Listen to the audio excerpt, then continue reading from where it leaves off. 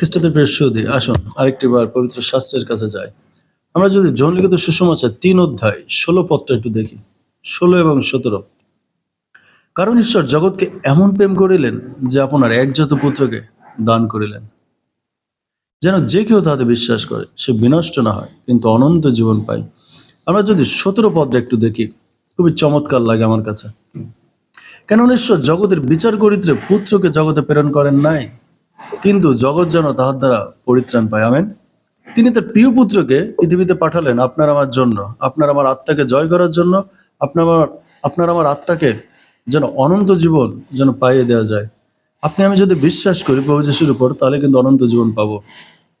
এবং ১৭ পদে বলছে তিনি আপনার আমার বিচার করার জন্য জগতে আসেন নাই, কিন্তু হ্যাঁ, তিনি একদিন বিচার করবেন এবং পৃথিবীর সকল মানুষের, হিন্দু, বৌদ্ধ, মুসলিম, খ্রিস্টান, ইহুদি, সমস্ত জাতির বিচার তিনি করবেন। তিনি আসবেন